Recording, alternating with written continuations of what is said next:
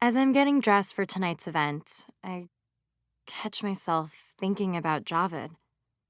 He was so helpful earlier today, and so sweet.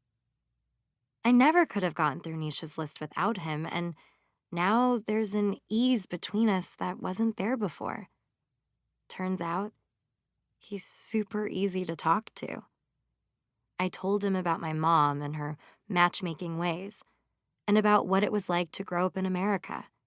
He told me about some of his adventures abroad and the societal pressures he faces on a daily basis. He kept his hands to himself as we chatted, but I could see the longing in his eyes. I know he wants me, and I hate that I want him too. When he dropped me off back at the hotel, he ran a hand down my cheek and sighed. "I wish things were different," he said. I didn't know how to respond, so I just left the car without saying anything. But the truth is, I wish things were different too. I wish he weren't engaged, and I wish we really did have a meet cute we could act on. But he's getting married. Nothing can change that, so I need to snap out of this lovesick funk. I give myself a once-over in the mirror, and I'm a little taken aback by what I see. Decked out in a hot pink lehenga and vintage jewels, I feel like $1,000,000. I'm going to need the confidence tonight, because I already know it won't be easy to see Javed and Nisha together. But I suck it up, grab my newly fixed camera, and head out for the party. 30 minutes later, I'm at the most coveted rooftop bar in all of Delhi. Javed's parents rented out the entire space for the evening, and it's gorgeous.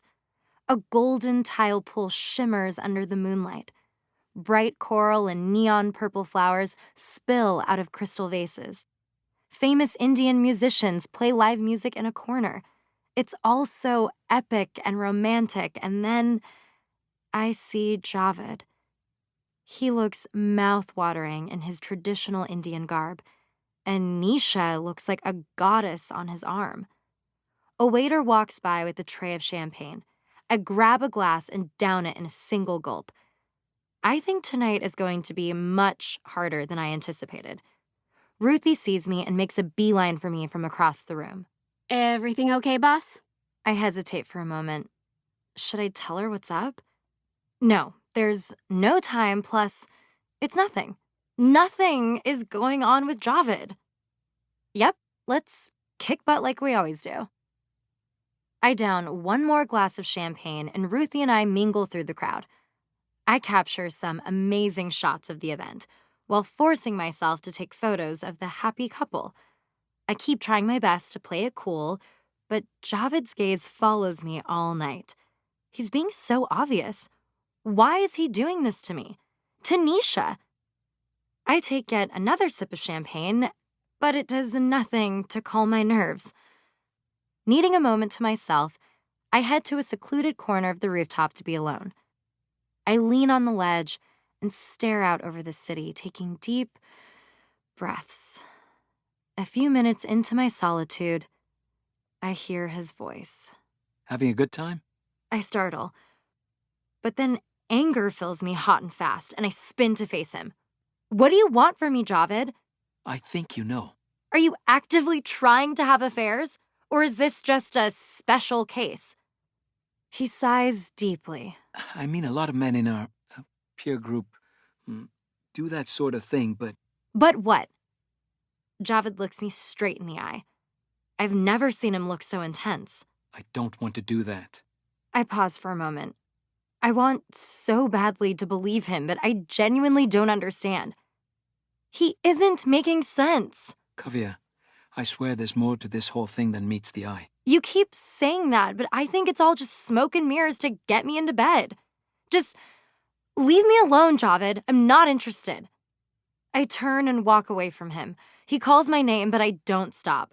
I need to shake off this encounter and concentrate on my work. Just then, I hear sniffling off to my right. And when I look over, I see Sophia crying in a corner.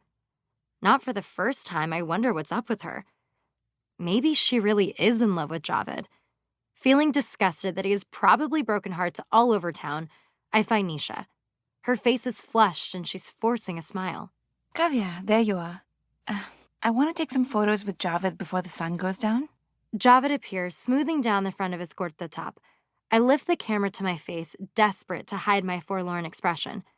Javed looks straight into the lens and flashes his charming smile. It feels like he's smiling at me. My heart skips a beat. Then Nisha's slender, milky arm moves into the frame. Shiny black hair, giant brown eyes, tiny waist. She's perfect. She wraps her arm around Javed's shoulder and leans in, giggling. Click. They change positions. Now Javed has his arms wrapped around Nisha from behind, pulling her tightly into him. She looks up and back at him and places a hand on his cheek. They kiss. A few whistles from the crowd. Click, click, click. Heat rises to my face. I look down at my camera. I got the perfect shot.